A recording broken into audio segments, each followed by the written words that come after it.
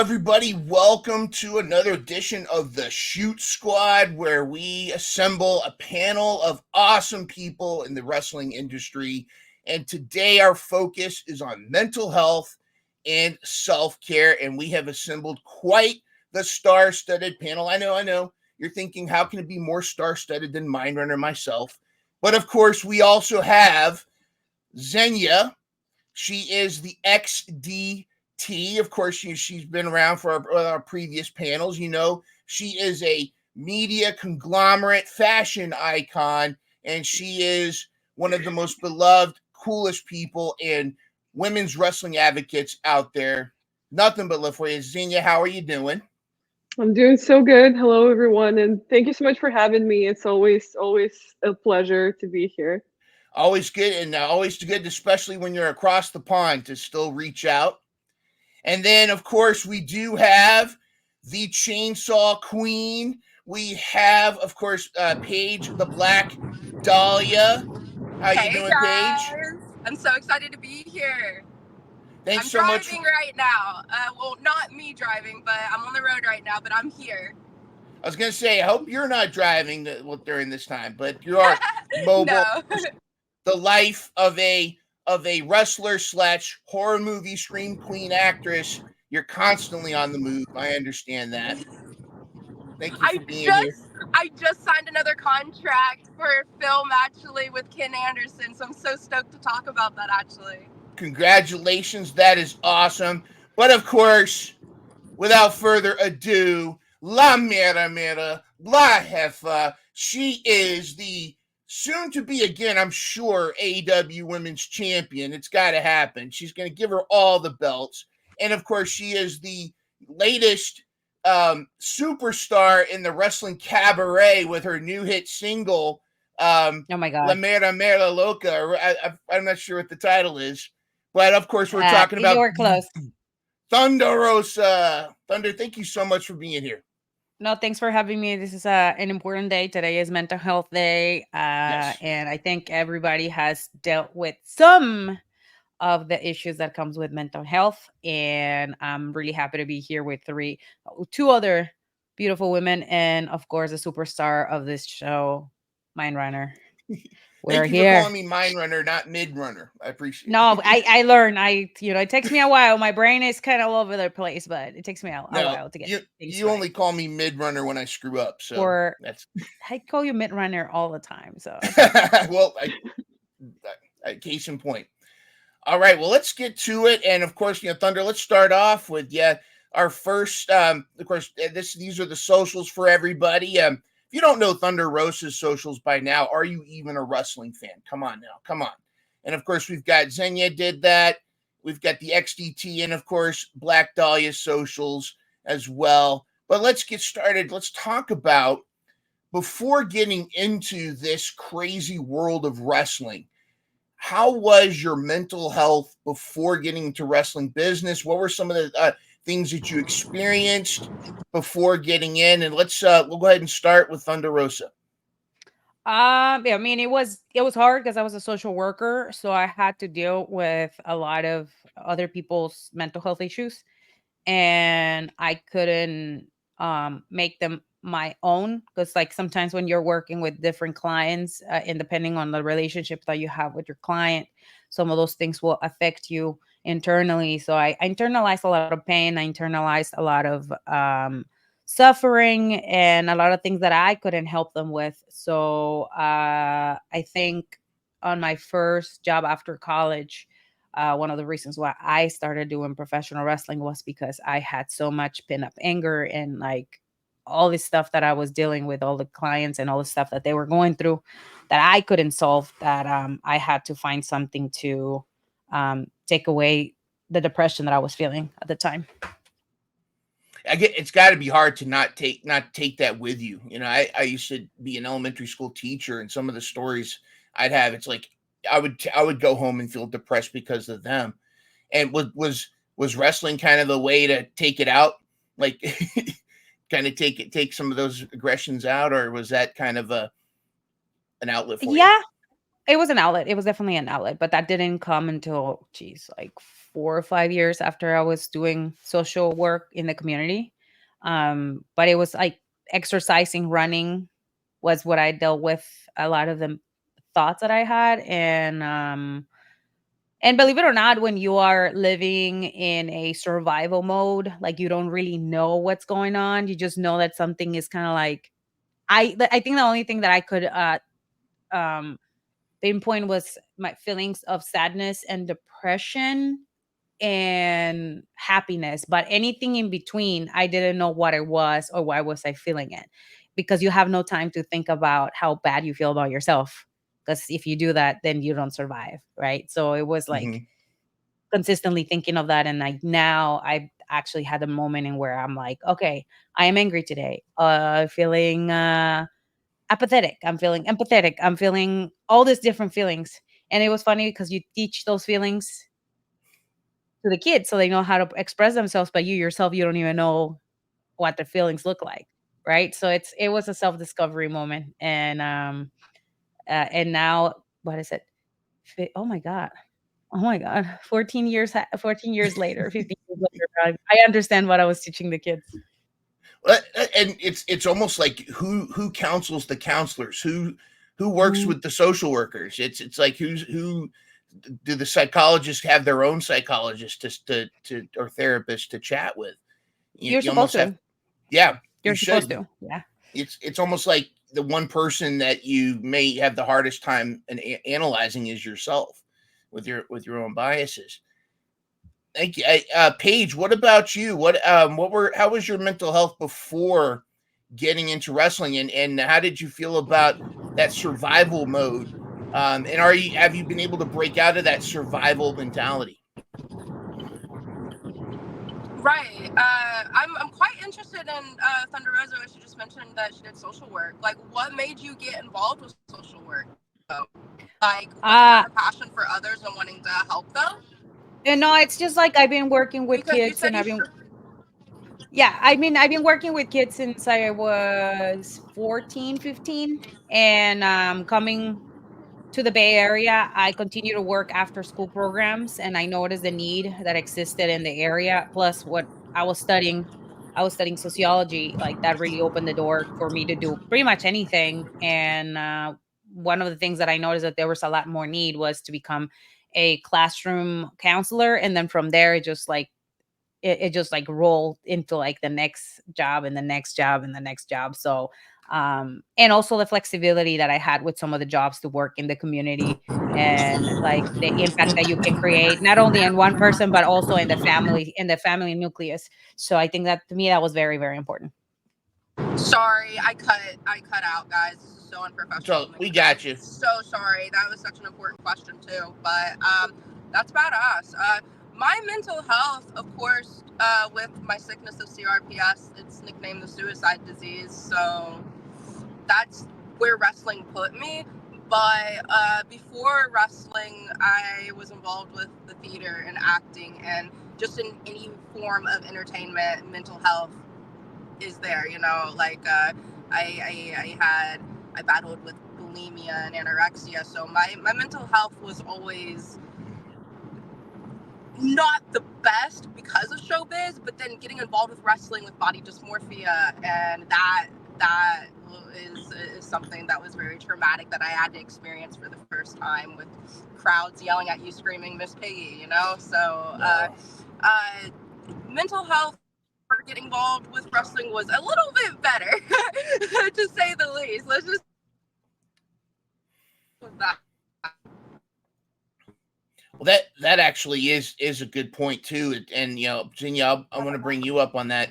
And this is something that we'll probably get into a little bit later as well. The unique mental health challenges unique to women in the industry. But when you are on display, and even before wrestling Oh, in yeah. general, it's like how much your bulimia, anorexia, that body dysmorphia can really take its toll on you. Xenia, just if you could give us some background before becoming this wrestling sports entertainment media mogul that you are. How was your mental health starting? I know, of course, you had such a rock star mom growing up, so I Oh know yeah, that. true. Yeah, for those who don't know, my mom is a model, an opera singer. I grew up with a very strong female role model. But for me, it was very much a stark contrast between before wrestling and after wrestling, because I was not in any way in entertainment or in public eye before wrestling. And I started creating content when I was 21-ish. And even though I did start out as more of a traditional blogger and I started growing my Instagram, I did it around the same time that I started creating wrestling content. And I started working in the wrestling industry when I was 23-ish. So before then, I was hyper focused on my studies because I have a bachelor's degree, I have a master's degree, and the main difference for me is that before wrestling, I wasn't as aware of myself in the bigger sense of the word. I wasn't aware of how I present. I wasn't as aware of what I look like. I wasn't as aware of what people think about me. All those things that now are a part of my daily life, what I have to consider in order to create content, in order to meet people, in order to network, in order to present myself on screen. All those things were just not existent in my life. I was just floating, and I was a very happy person. I still am a happy person, but just in a different way.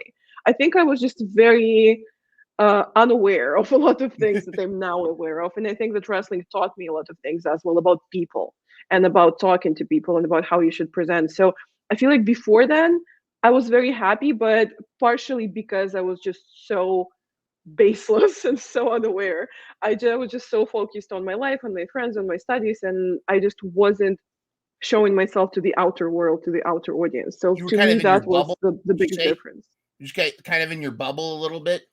Yeah, for sure. And I'm lucky to have been in a pretty good bubble.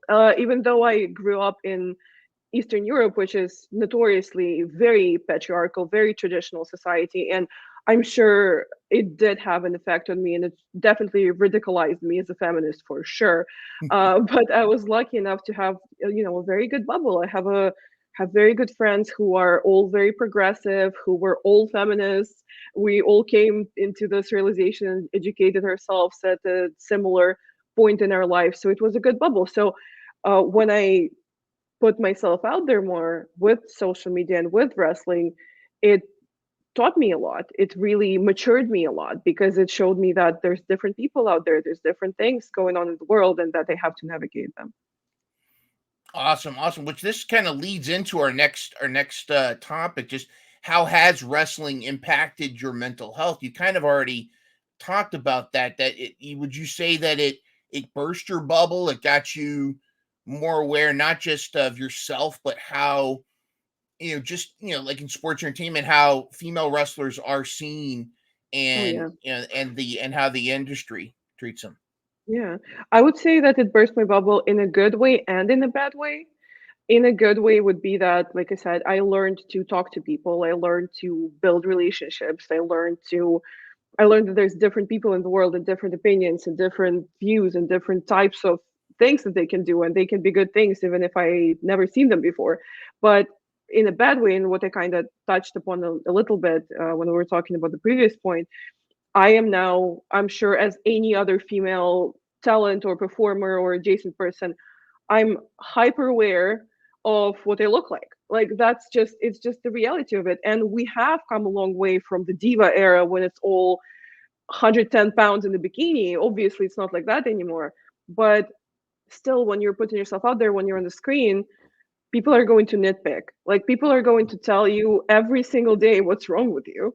I've gotten comments ranging anywhere from "burn this outfit" when I wore an outfit for an in-ring segment, all the way to what's just intrinsically wrong with me as a person.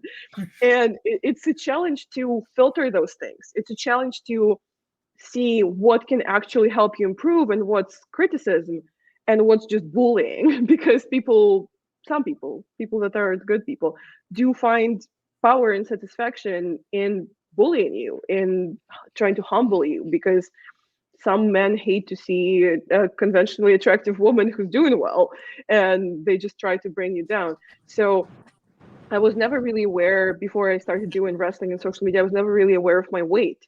And now it's something that I'm hyper aware of. Mhm. And, oh, camera adds 10 pounds, or like, oh, like someone says you're fat, someone says you don't have an ass and you should be bigger.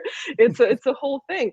And it messed with my head, honestly, to the point where when I did start to experience weight fluctuations and when I did gain weight, I didn't immediately realize because I was just getting such mixed messages from people on the internet that I didn't know when to actually see a difference and when it actually, happened, when I did actually gain weight. So it definitely messes with your perception of yourself when Mhm. A, you have to see yourself on the screen all the time, and B, other people see you on the screen all the time and they have opinions on you, constantly have opinions on your body and your face and your hair, everything.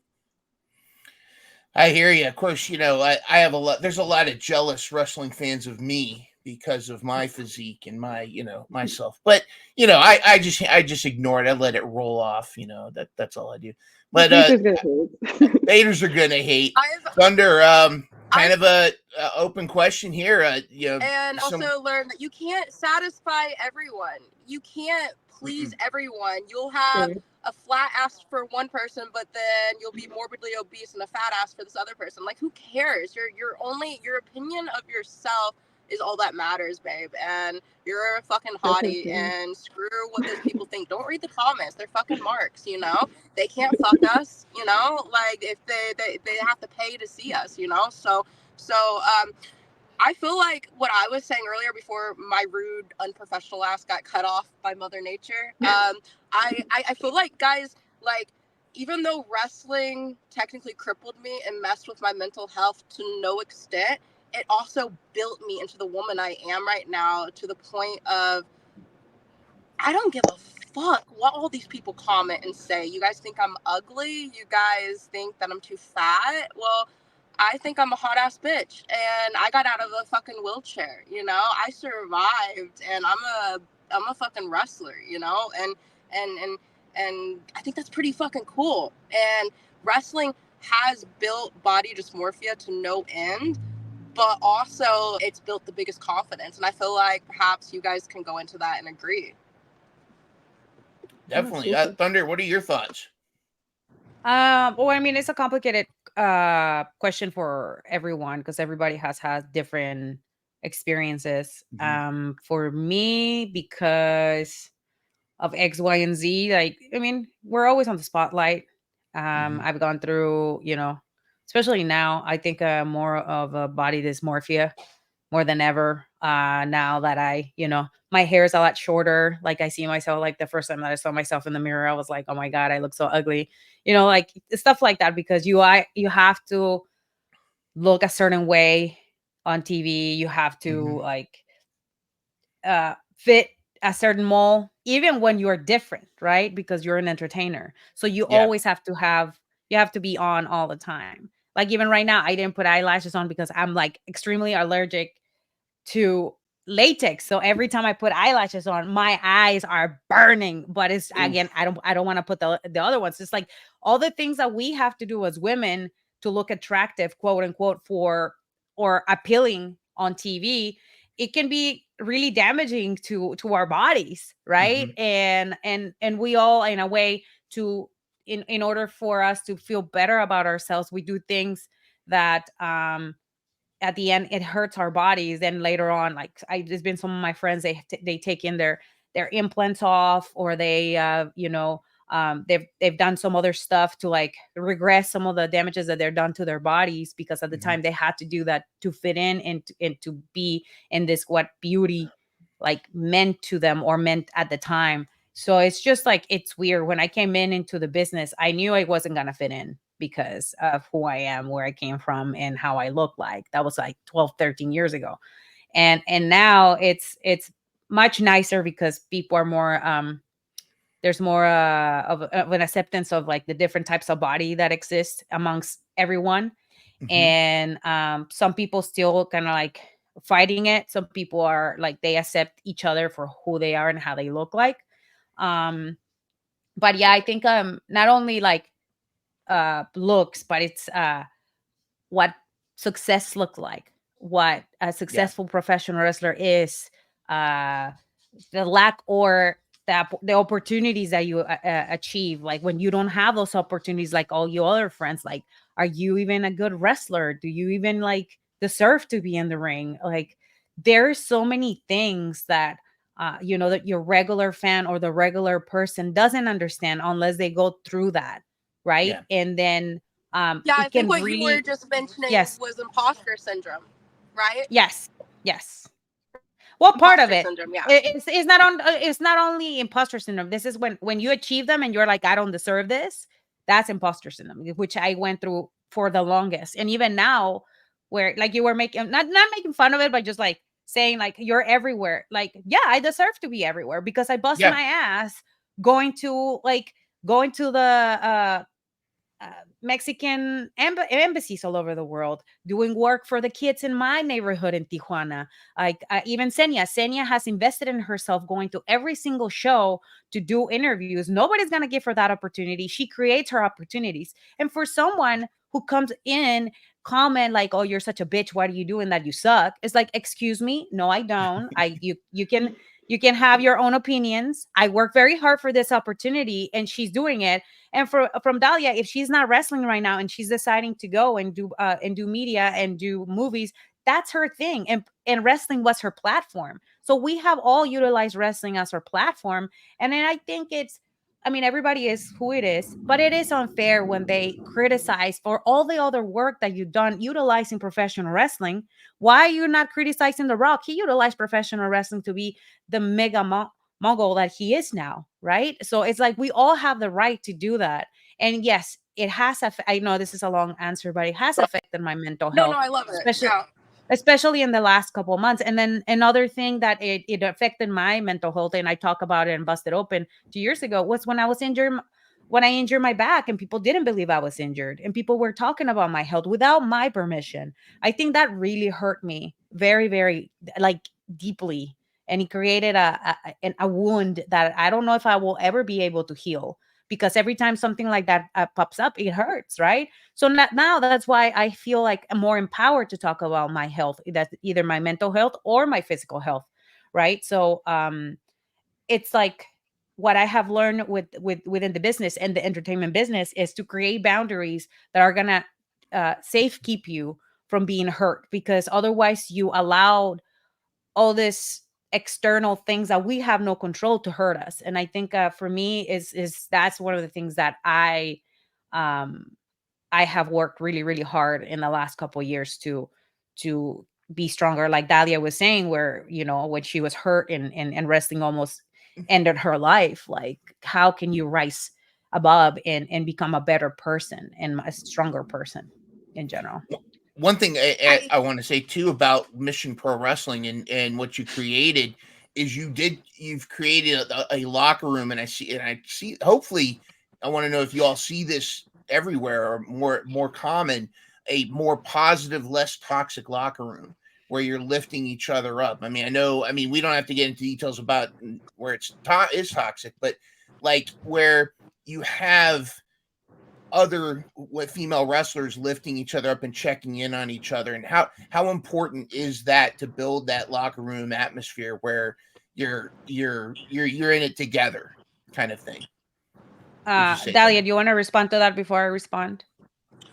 was gonna put a bow in what you were saying. It's Oh, completely off topic now. Shit. no, go Camaraderie ahead. in Sorry. Mission Pro locker room. Everything I've seen on social media seems very positive, and I can't wait to get my ass back to Texas and see it firsthand. But it looks like there's a lot of good camaraderie there. A lot of females supporting each other. But to put a bow in what the legend herself was just saying, wrestling literally ended my life, and yet I survived, if that makes sense. Like I'm having doctors and scientists studying me right now, guys. This is like really like freaking happening. This is right before your eyes, a freaking Hallmark movie. And in 20 years, when you guys watch it, you'll be like, oh, I knew that bitch when she was a nobody, like I'm not saying I'm gonna be a somebody. I'm just saying this is gonna get out there.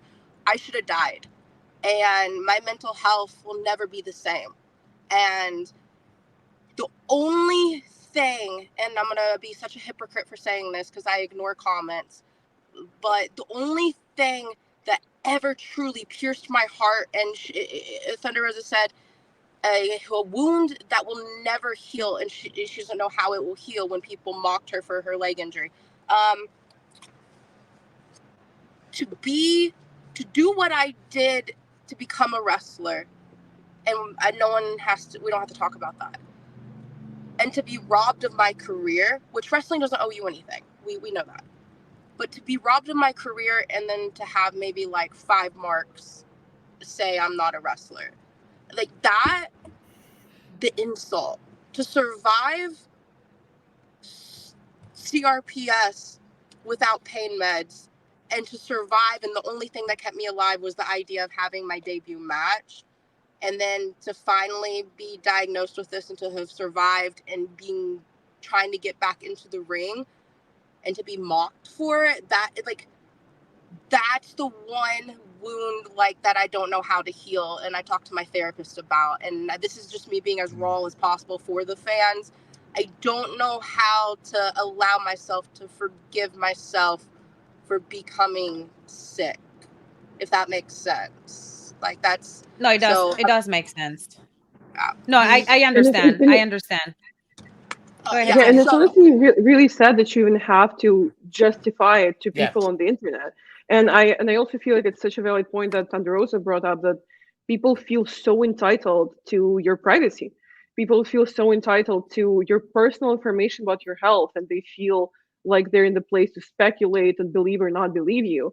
And people just feel like they, not all people, obviously. There's great people who support what we do and who watch the product and who love us genuinely for what we do.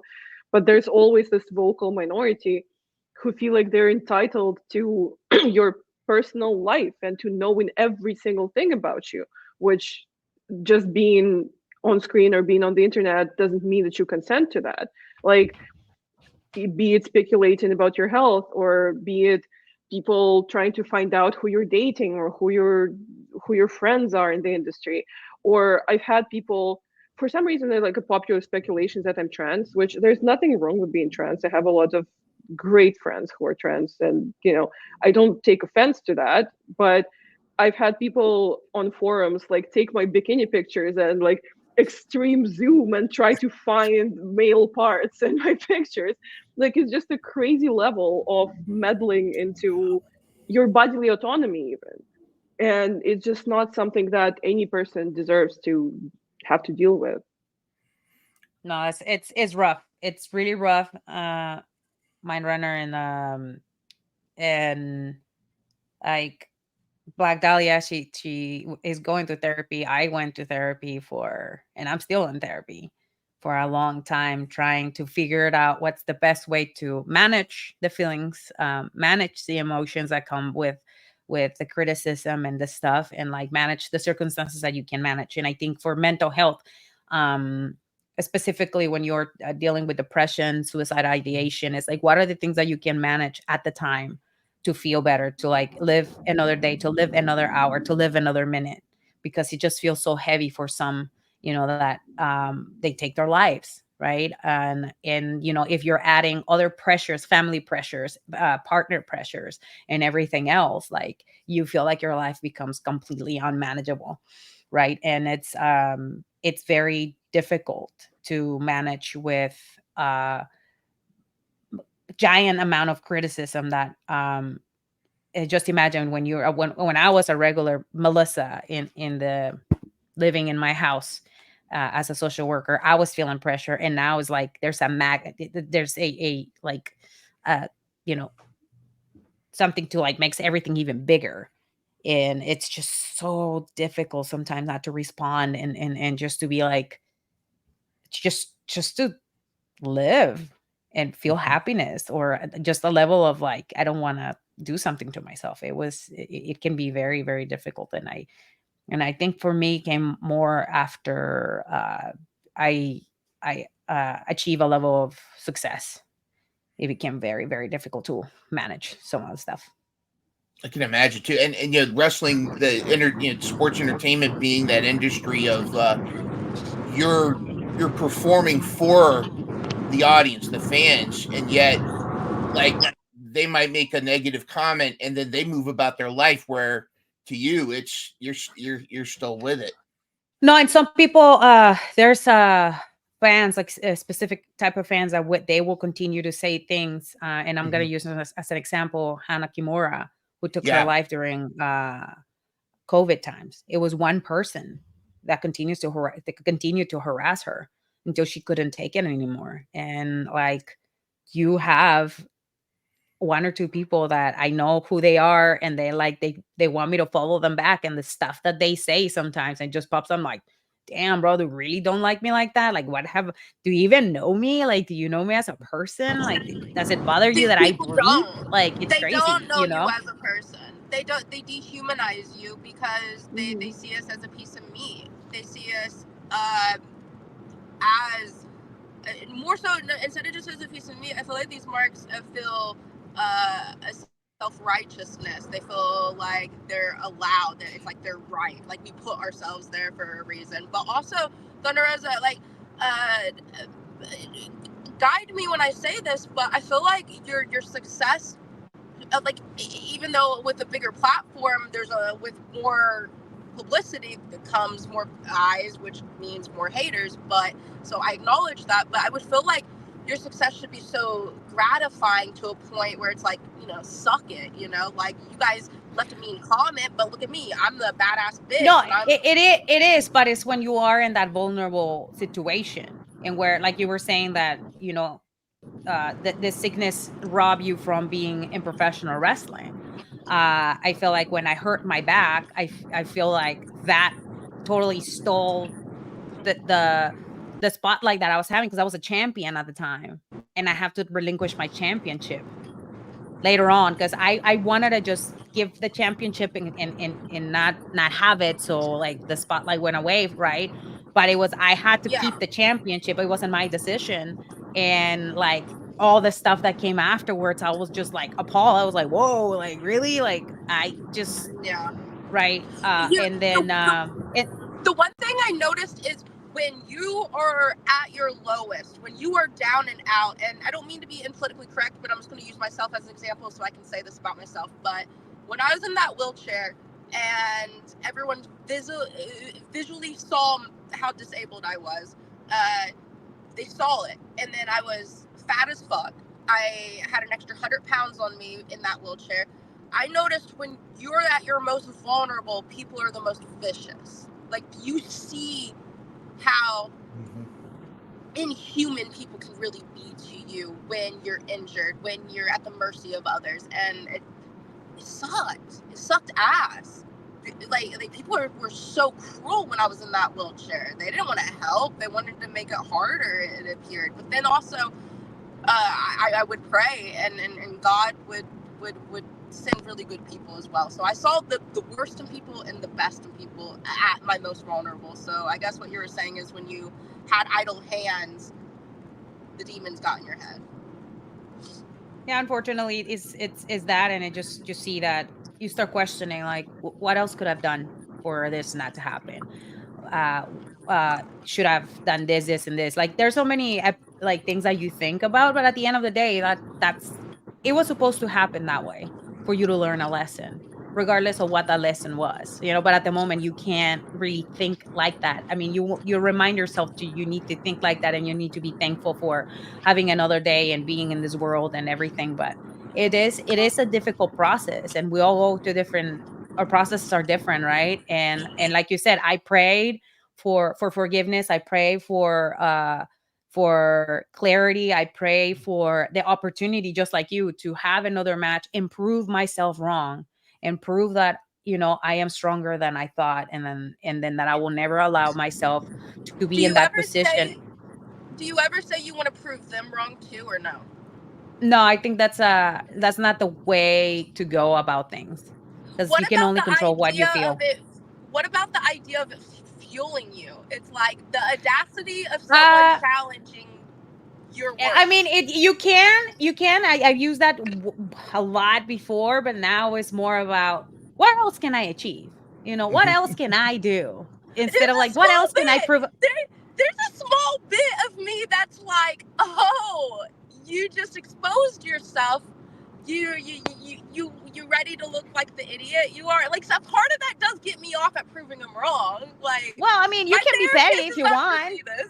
No, I mean, I it think is. it's really I mean, smart. you can be petty if you want, but I think at this point for me, it's not about being petty, or it's not about like he see you this and that.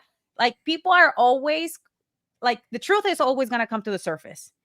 1 year from now, 20 years from now, we've seen it with so many people that have done so many wrong things to other people, and now they're in jail. They were, things that they did are coming up like all of a sudden. And sometimes you don't need to say anything. You just need to let it go, and you just need to Let, let it work.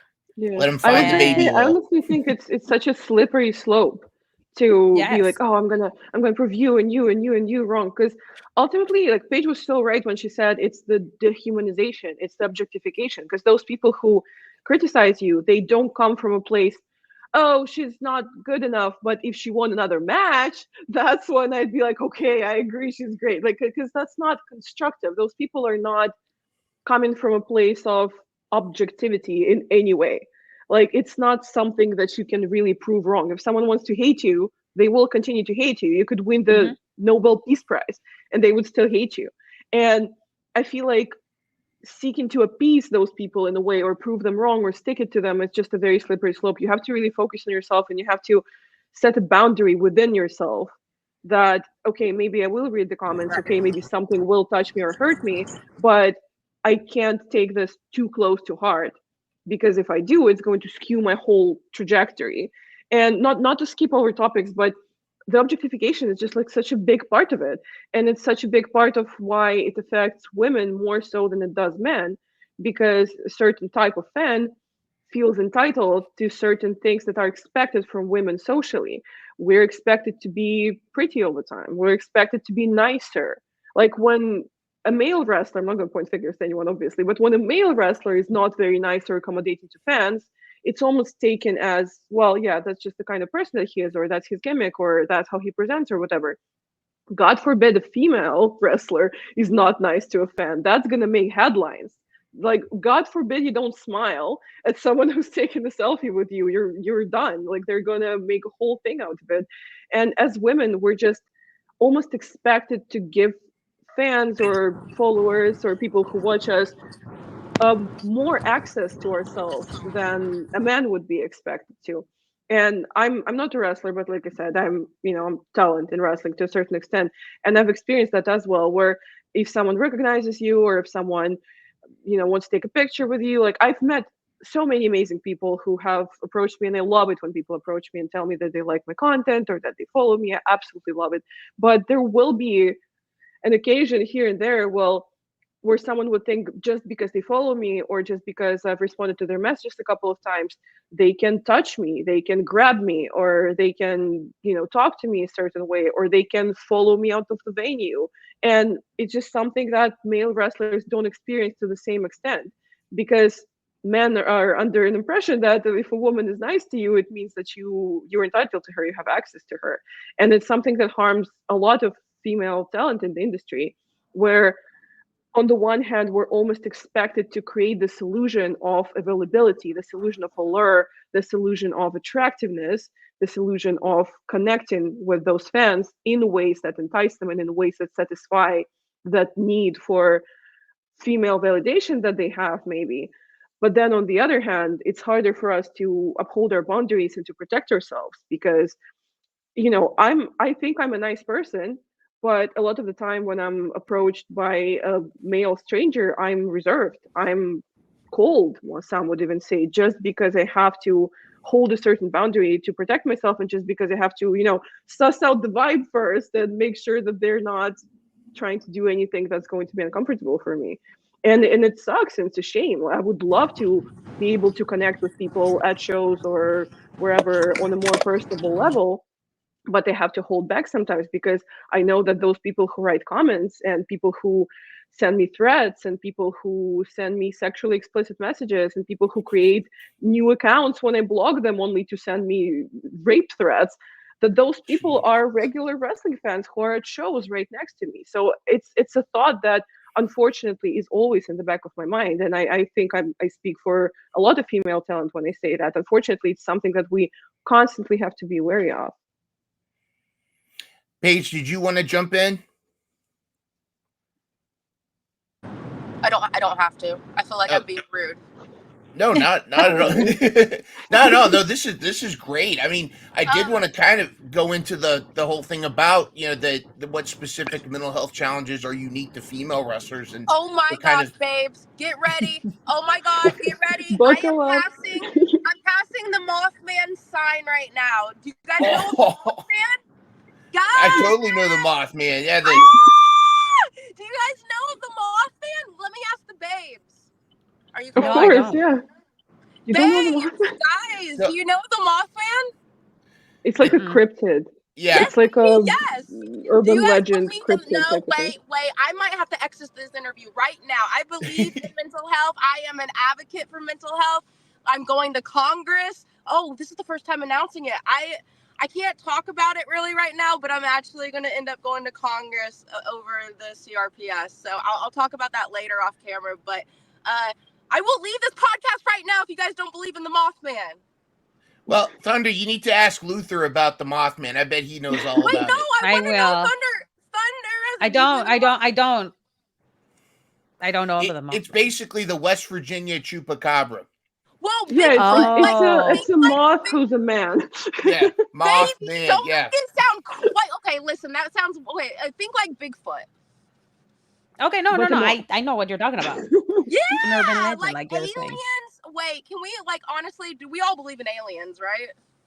Sure. Yeah. Okay, well, anyway, I'm in the thick of it right now in West Virginia, guys. So if I disappear, it was the Mothman. All right, the Mothman got Blame you. Mothman. Okay, what was the question though? Shoot, I'm sorry, I'm so unprofessional. No, you're doing fantastic. We love you, the Black Dahlia. I'm sick and dying. Feel sorry for me.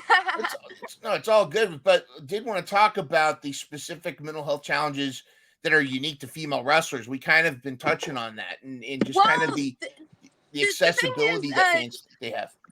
Yeah, what she was saying, like at these cons and stuff, of course, stranger danger, be aware, but also don't live in fear as well. We are a gimmick. We are there as entertainers. Everyone knows the boundaries. And if people want to be disrespectful and cross boundaries in a public area, then they'll get handled, So mental health is pretty scary, but babe, don't let the fear of someone just as regular Joes, we pass serial killers. There's a statistic, if you guys want to Google it, we pass serial killers like on a daily basis or something. There's freaks out there. You're a part of it, the entertainment world. You're hot as F. You are a performer. You are an entertainer. That doesn't mean these people are allowed to sexually assault us and verbally harass us, but we're a gimmick. We're there. We get paid, and then move along. Put on a show that's they're paying to see you. But don't let them kidnap you, right? Don't go in the elevators with them or anything. Don't go to the parking lot with them. Should Thunder and Xenia start carrying around a 12-foot chainsaw like you do? That's why it hasn't Maybe that helps. Maybe that's why they leave you. I mean, I'm like, what are you guys talking about? No one messes with me. Wonder why chainsaw on the shoulder. Why are these guys so intimidating? I'm barely 5 foot in my Excalibur. She's actually back here right now.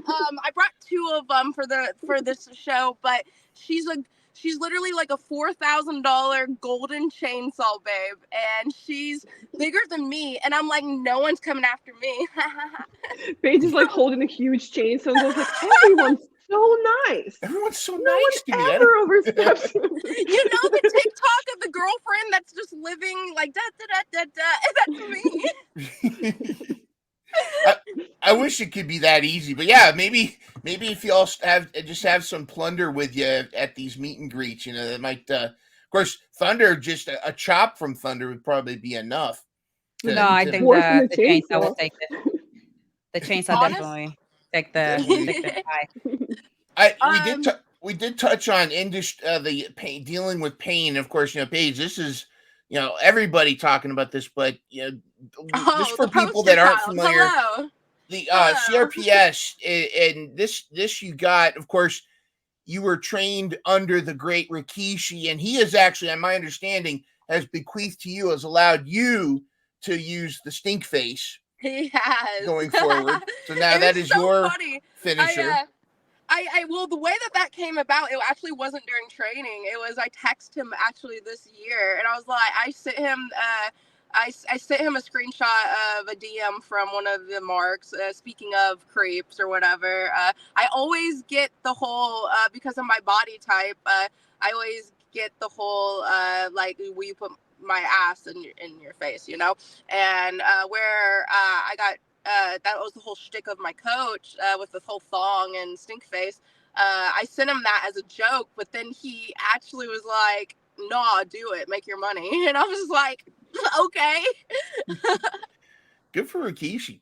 Oh, I do want. he's a good guy. He genuinely wanna, like, in the business you meet stuck up people that won't text you back. You know, you meet the gatekeepers, you meet the egotistical assholes. Like, you know, it's like we all shit, you know, like what the fuck. And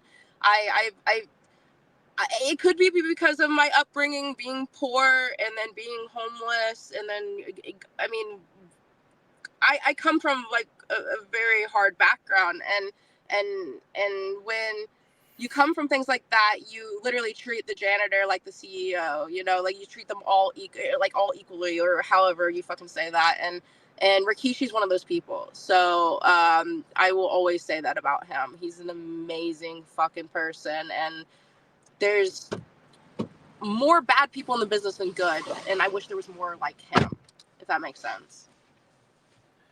It totally makes sense, and I it is important, I think, to remember where you come from in this business and to lift everybody up. But thank you all so much. This has been fantastic. I want to give What, are we everybody. done? Are we done? Well, I know time flies when you're having fun. I mean, time flies. Girls, did we get Busy the point bee on across? here. Did we get the point across? Like, I guys, think we did.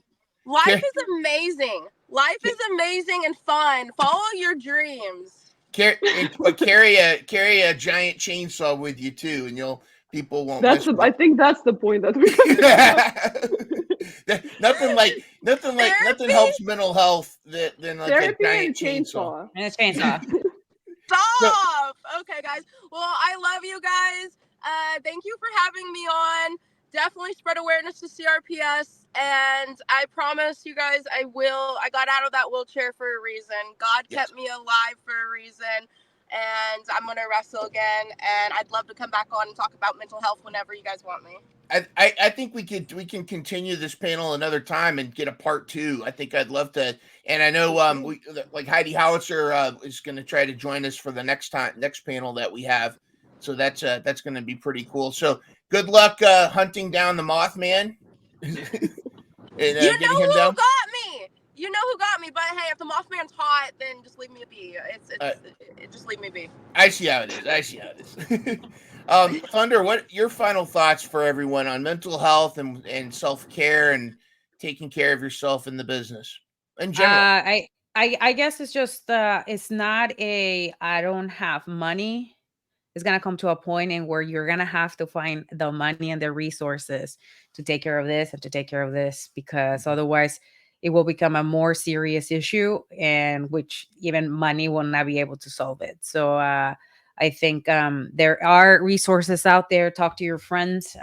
Go exhaust all the resources that you can before you give up. There's also friends that can lead you into doing other things that are going to be positive for you, and just take it a day at a time, or a minute at a time, or a second at a time. Sometimes you will make it. You will make it, and there's always a light at the end of the tunnel. Always. Xenia, your final thoughts. Yeah, I couldn't agree more with what Thunder said. Like, I just think, like, when you're in wrestling, where you're in the spotlight, when you're getting pulled in so many different directions, it's just so important to nurture your sense of self and to not let all those things truly, truly get to your core, and find things, people, anything that grounds you and that helps you stay a whole person within yourself, and then no one can touch you. Well, very well said. Very well said. And thank you all so much for joining us for this awesome panel. Would love to have this crew back again. Maybe we do can I bring the not get a Mothman. final word? Oh, I thought. What the Oh, fuck? well, Paige, go ahead. I thought you. I No, thought you're I off. thought You you go. said You you got the want I one thought with Mothman. you the were ready to final use the message. chainsaw, girl. And then potty. Like, you got the two girl. Like, what the fuck? You just stroked everyone's cock. You know what? You know what? But this is bullying a sick and dying girl. This is gonna be in the news. This is gonna be in the news. No, go ahead. Your final thoughts. I apologize. I actually I thought don't you had want gone any first. I don't want any final thoughts now. Like, my final thoughts went out the window. They escaped my asshole like a mile back the road. Well, Midrunner strikes again, I guess. Well, but Paige, seriously though, thank you for joining us here Thank too. you so much. And Thank you're you for being good. absolutely you're awesome. I mean, you're in survival mode, but you're also an inspiration to so many people out there, going through pain and rising No. above it despite I'm the all that. guys. I make jokes to hide the pain. Like, I'm one Jay Silent Bob joke away from cancellation. I swear to fucking God. I think we all are a little bit, but levity is important, and that is something I'd like to talk about. For some reason, God picked me for this, and He knew I had a sailor's mouth. He knew I talked about giant dick monsters, and I'm like, God, I don't think anyone wants to be inspired by me, but let's do this. Hey, I think it's very inspiring. There's nothing inspiring by this. As soon as someone calls upon me and it's like, that's an inspiration, I turn around and I have a double chin, and I'm like, me. All right, kids, don't Google me. Bye, guys. Bye. Love you guys. We'll see you later. And on behalf of Thunder Rosa, Xenia, and the Black Dahlia, this is Mind Runner, but obviously Mid Runner a little bit today too. Thank you so much for joining us, and we will see you next time on the Shoot Squad.